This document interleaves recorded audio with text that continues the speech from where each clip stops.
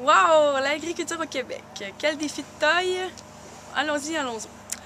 Bon, moi, je suis pas une fille qui est née sur une ferme. Je suis une relève sans ferme qui a compris jeune qu'il y avait quand même une assez belle passion pour l'agriculture, plus précisément pour les végétaux. S'enligne en production végétale et plus spécialisée en maraîcher fruitier. Future aspirante productrice, du moins on travaille fort pour ça.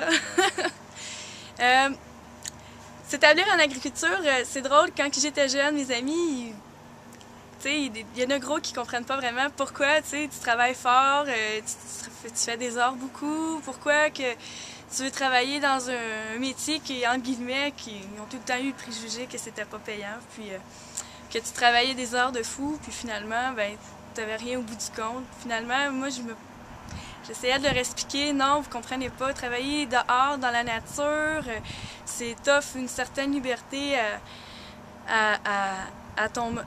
Tu t'offres un mode de vie plus libre. En fait, tu travailles dehors, t'es pas embarré entre quatre murs, tu peux vivre de ta passion, t'es maître chez vous, tu peux, ben, entre guillemets, t'es maître chez vous, si on rentre pas dans les détails plus professionnels, mais il reste que tu peux gérer plus ton temps, tu peux gérer ta famille, tu peux tout gérer en fait. Puis je crois que c'est une bonne raison pour s'établir en agriculture. Par contre, s'établir en agriculture quand tu es une relève sans ferme, puis je dirais aussi plus précisément quand tu es une femme, c'est pas nécessairement évident parce que c'est un monde quand même beaucoup parsemé de monsieur.